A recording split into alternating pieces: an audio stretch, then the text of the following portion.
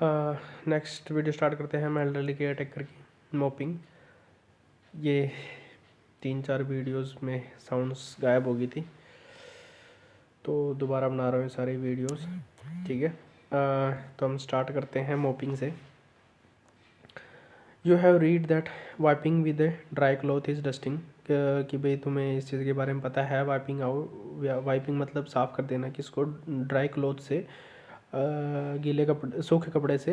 इस डस्टिंग, उसको डस्टिंग बोला जाता है। Similarly wiping a surface with A damp cloth is called mopping, कि भाई किसी डैम मतलब कि डैम कपड़े से तुम अगर किसी चीज़ को साफ़ करते हो तो उसको मोपिंग कहते हैं। The piece of cloth used is known as mop, जिस कपड़े को तुम यूज़ कर रहे हो उसको मोप बोला जाता है। And is generally coarser than a duster, ये एक डस्टर के रूप में यूज़ करा जाता है। In this process both the dust, इस प्रोसेस में क्या कहा है, दोनों प्रकार की धूल as well as easily removable dust, जो कि आसानी से साफ़ हो जाती है, is also remove.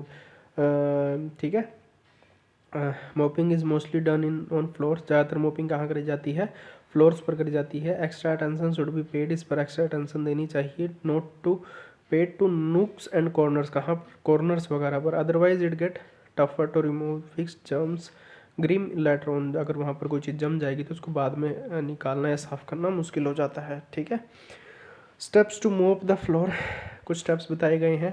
Before mopping any area, किसी भी एरिया का मोपिंग करने से पहले collect the essential tool like a मोप, कुछ चीज़ें इनको कलेक्ट कर लेना चाहिए, जैसे कि mop, bucket, water, flow, cleaning agent, disinfectant etcetera. ठीक है, mopping is always to be done after sweeping and dusting, इसके बाद इसको यूज़ करना चाहिए, कब के, स्वीपिंग और डस्टिंग कर लेने के बाद।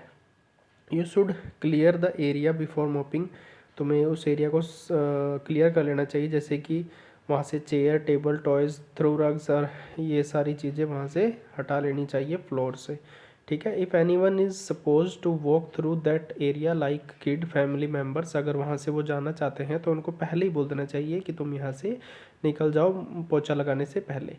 If you want to clean any of the item, अगर तुम कोई भी आइटम साफ़ करना चाहते हो इन द रूम और counter tops in the kitchen, counter top मतलब जैसे कि अलमारी वगैरह होती है ना, उसमें किचन में ऊपर की, वो वाली पहले ही साफ़ करनी चाहिए। Please do it before hand, पहले ही कर लेना चाहिए। So that if any particle falls on the floor, अगर कोई भी पार्टिकल्स ज़मीन पर गिर सकता हो तो it will fall before you clean, तुम्हारी साफ़ करने से पहले वो गिर जाना चाहिए। ठीक है, mix the appropriate amount of floor cleaning agent, ये सारी चीज़ें इसमें क्लीनिंग एजेंट वगैरह है, अप्रोप्रिएट अमाउंट में मिला लेनी चाहिए जिससे कि डिसइंफेक्टेंट हो जाए। With Luke warm water with the bucket, Luke warm मतलब होता है गुनगुना पानी। ठीक है, please read the instructions mention on the package, जो कि पैकेज के ऊपर इंस्ट्रक्शंस लिखी हुई हैं उसको अच्छे से पढ़ लेना चाहिए।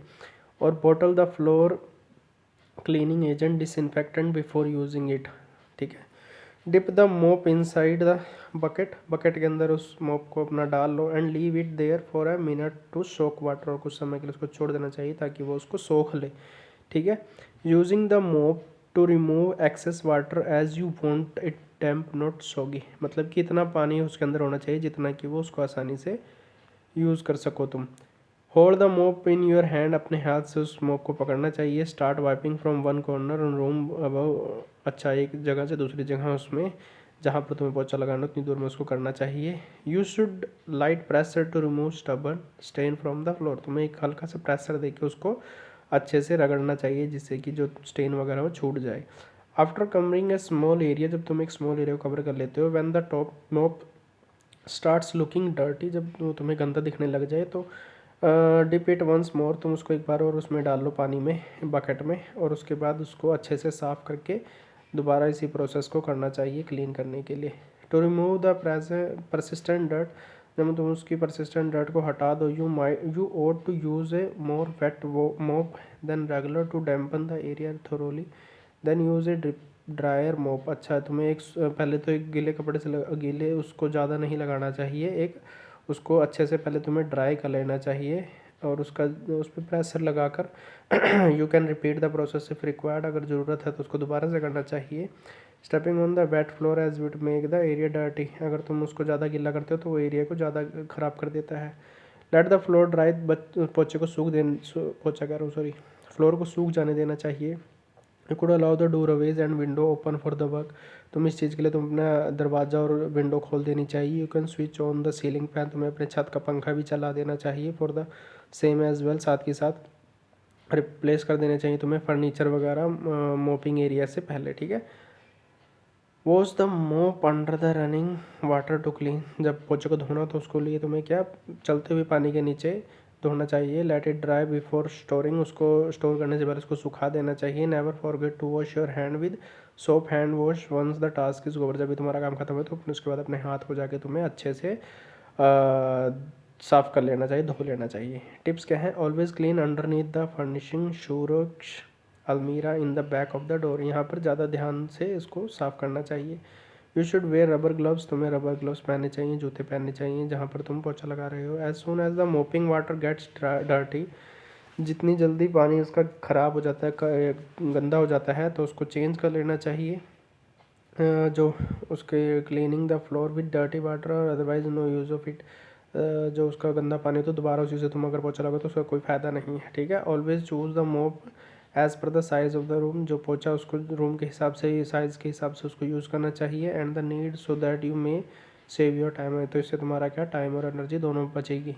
Always remove the stains first, पहले जो निशान धब्बे हैं उसको पहले हटाना चाहिए। Do not need to repeat the mopping process, इससे तुम्हें दोबारा रिपीट कर मोपिंग प्रोसेस की दोबारा ज़रूरत नहीं पड़ेगी, ठीक है। उसके बाद क्या है, do not use any cleaning agent, कोई भी क्लीनिंग एजेंट नहीं यूज़ करना चाहिए डायरेक्टली ऑन द फ्लोर, किसके ऊपर, फ्लोर के ऊपर डायरेक्ट डाल के, इट में डैमेज इट्स सरफेस, तुम्हारे ही सरफेस को डैमेज कर सकता है।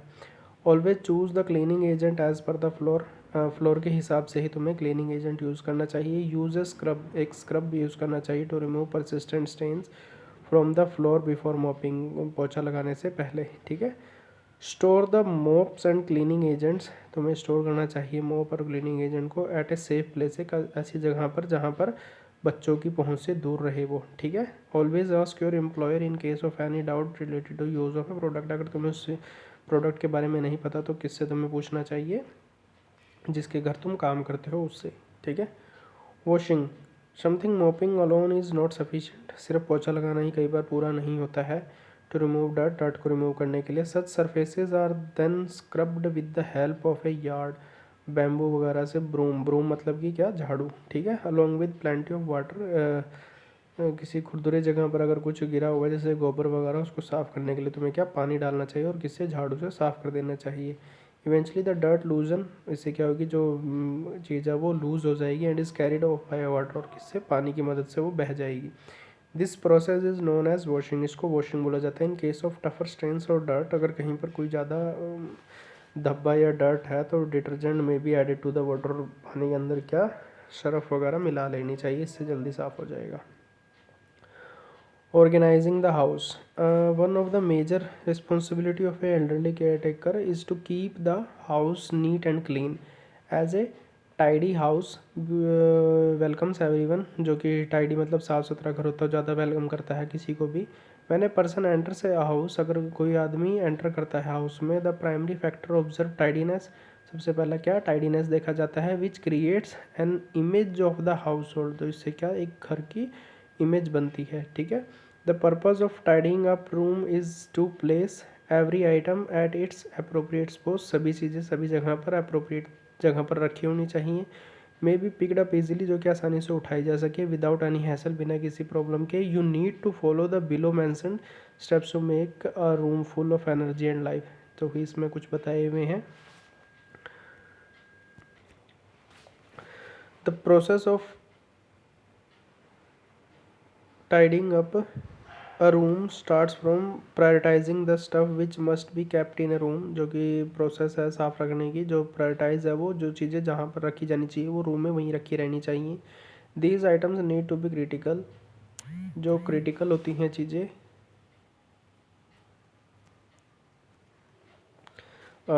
उसके आगे क्या लिखा हुआ है, preferably and vital for the room relying on the requirement of the household, जिस भी हाउस होल्ड के प्रति जो भी रिक्वायरमेंट है उसके प्रति उस चीज़ को वहीं पर रखना चाहिए, होना चाहिए। You have to consult your employ, तुम्हें अपने एम्प्लॉयर से कंसल्ट करना चाहिए, मतलब जिसके घर तुम काम करो, बिफोर थ्रोइंग अवे, किसी चीज़ को फेंकने से पहले या स्टोर करने से पहले। Few things is that is not away crucial, कुछ चीज़ें बहुत ही ज़्यादा ऑलवेज क्रूशल होती हैं, कुछ नहीं होती, तो इसलिए तुम्हें पता नहीं है तो पूछ लो। You could use the closets, तुम्हें क्लोजेट्स वगैरह को यूज़ करना चाहिए, क्लॉथ वार्डरोब वगैरह को, डेस्क ड्रॉर्स वगैरह को, सॉरी क्या बोला मैंने, साफ करना। You could use the closet cloth wardrobes, ठीक है, डेस्क ड्रॉर जिसको बोलते हैं। Trunks area beneath the bed, जो कि एरिया होता है कहाँ, बेड के नीचे। Attics basements and spare rooms to store more stuffs, ये सारी जगह तुम्हें यूज़ करनी चाहिए किसको, ज़्यादातर चीज़ों को, जो स्टफ्स होते हैं उनको रखने के लिए, ठीक है। You should create and follow A system for storing clothes both clean and dirty, तुम्हें कुछ क्रिएट करना चाहिए फॉलो सिस्टम को, जहाँ पर तुम साफ़ और गंदे कपड़े अलग अलग करके रख सकते हो। The most important item in a bedroom is the bed, bedroom में सबसे इम्पोर्टेंट चीज़ क्या होती है, bed. Thus when the bed is tidy, अगर बेड साफ़ है, सही है, सही जगह पर है, it make the rest seem better, तो इससे सारी चीज़ें क्या होती हैं, सही जगह पर होती है। So clean up the bed by removing extra stuff from it, तो जो भी तुम्हारी चीज़ें बेड के ऊपर रखी हो उसको हटा देना चाहिए, ठीक है।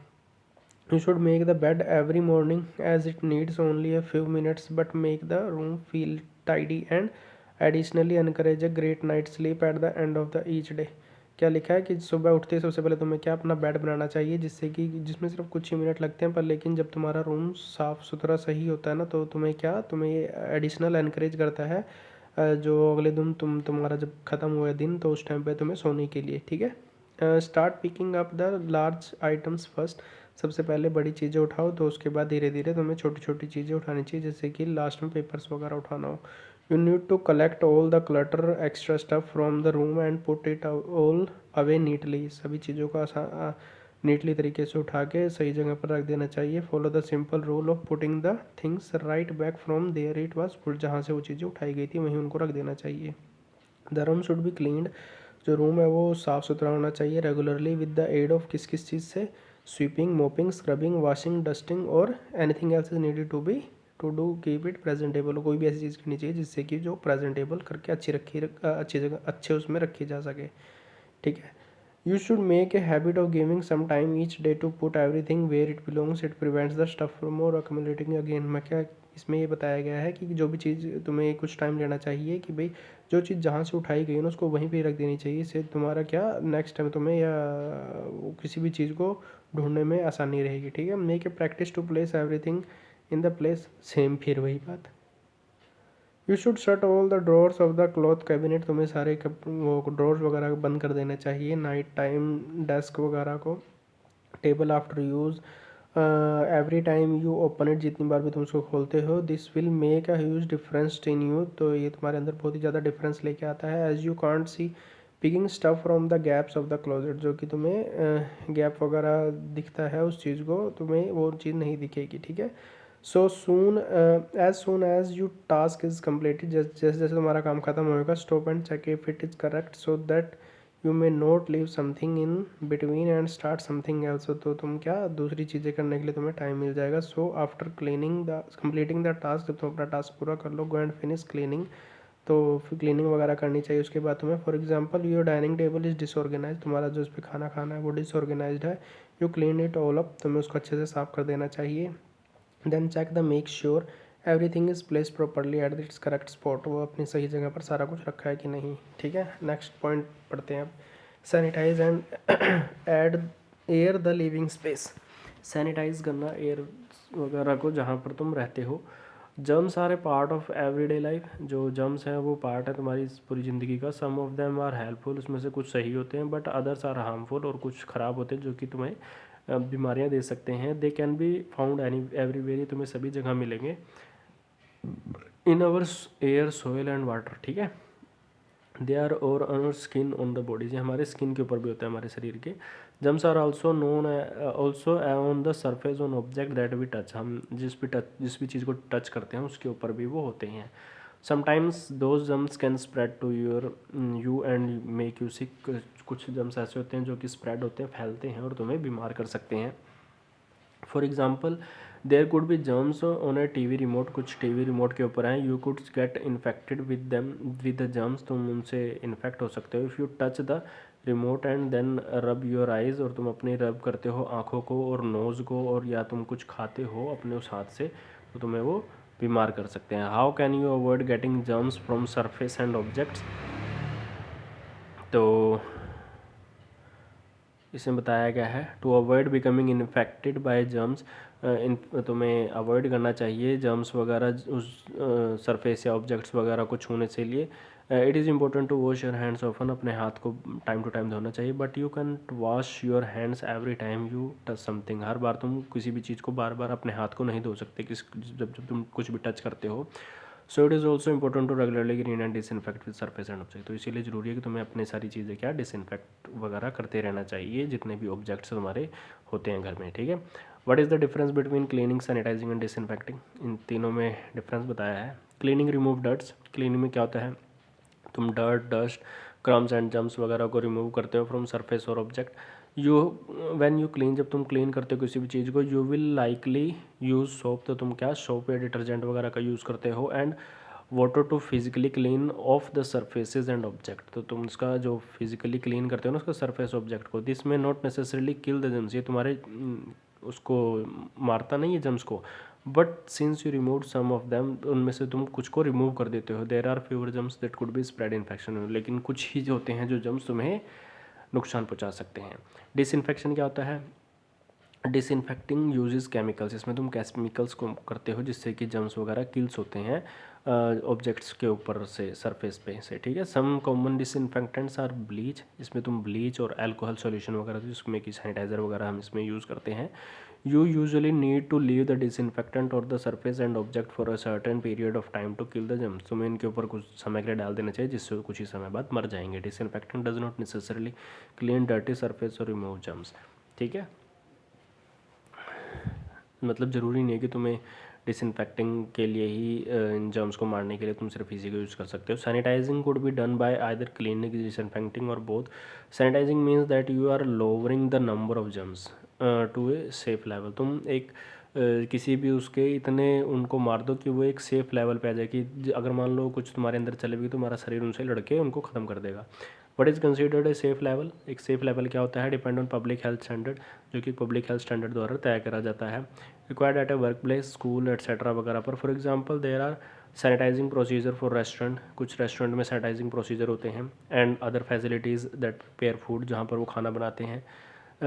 What you do to sanitize will vary, जो तुम्हारे सैनिटाइज़र का प्रोसेस है वो अलग अलग हो सकता है डिपेंडिंग ऑन योर नीड्स, तुम्हारी ज़रूरत के अनुसार। You might be mopping a floor using ए मोप, तो मतलब कि पोछा लगाने से पहले तुम अपने मोप से पोछा लगाते हो, केमिकल एंड वाटर, और उसमें केमिकल मिलाते हो और पानी मिलाते हो। You might use a dish washer to sanitize the dishes, तुम डिश वॉशर के अंदर सैनिटाइज मिला के डिशेज को साफ़ कर सकते हो। You could be using an anti bacterial wipe होती हैं ऑन ए टीवी रिमोट, उस पर टीवी रिमोट के ऊपर लगा सकते हो जिससे कि उसके जम्स वगैरह मर सकते हैं। Which surfaces and object do one need to clean and disinfect? To prevent the spread of infection, you should regularly clean and disinfect surfaces and objects that are touched often, मुश्किल से छुए जाते हैं, जैसे कि for example in your house this would include counter tops, door knobs, faucets and toilet handles, ये सारी चीज़ें तुम इनको छूते रहते हो। Light, switches, remotes, mobility equipment and toys, इनको तुम बार बार हाथ लगाते रहते हो, इससे तुम्हारे क्या जम्स वगैरह फैलने के ज़्यादा चांसेस होते हैं, ठीक है। How can one safely clean and disinfect, कैसे कर सकते हो तुम इसको साफ। It is important to be safe when using cleaning and disinfect products, store them in A containers दे केम इन, जिसमें ये आते हैं उसमें ही उनको स्टोर करना चाहिए। Always follow the instructions, pay attention to the warning on the labels, जो भी उसके ऊपर वार्निंग्स और लेबल्स पे लिखी हुई हैं उसको अच्छे से पढ़ना चाहिए, उनके इंस्ट्रक्शंस को पढ़ना चाहिए। डू नॉट मिक्स क्लीनर्स को कभी भी मिलाना नहीं चाहिए, and disinfectant unless the labels say that it is safe to do so, जब तक उनके लेबल्स पे लिखा ना हो कि तुम्हें इस चीज़ को मिलाना सेफ है।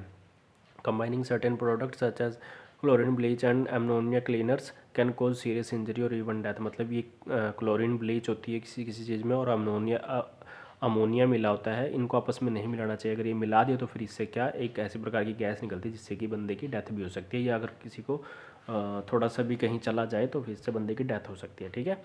Check the label to see whether you need to use gloves to protect your hand. तुम्हें अपने हाथ को बचाने के लिए क्या ग्लव्स वगैरह पहनने चाहिए। आई प्रोटेक्शन के लिए तुम्हें अपना ध्यान रखना चाहिए जो भी प्रोडक्ट्स को तुम यूज़ कर रहे हो। इफ़ यू स्वेलो, इनहेल और get them in your skin, follow the direction on the label और गेट मेडिकल हेल्प। क्या लिख रहे हैं, क्या है कि अगर तुम इनमें से कुछ भी स्वेलो मतलब निगल जाते हो, इनहेल सांस के रास्ते ले लेते हो, या फिर तुम्हारी कहीं स्किन कटी हुई थी उसके अंदर से उसके थ्रू ही अंदर चला गया, तो तुम्हें कुछ डायरेक्शन दी होती है उसको करने के लिए, अगर वो लेवल पे वो कर लो, नहीं तो तुम्हें मेडिकल हेल्प के लिए इसको जाना पड़ता है तुम्हें। Store them out of the children, reach of the children, बच्चों से दूर रखना चाहिए। Replacing the bed lining, bed lining को रिप्लेस करने में क्या लिखा है। A bedroom is one of most important part of an elder's life, ये एल्डर लाइफ का एक इम्पोर्टेंट पार्ट है। It needs to be well managed and decorated, which cannot happen without a properly placed and neatly made bed.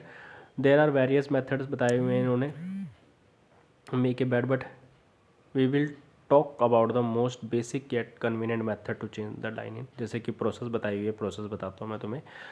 The bed making starts with the proper placing.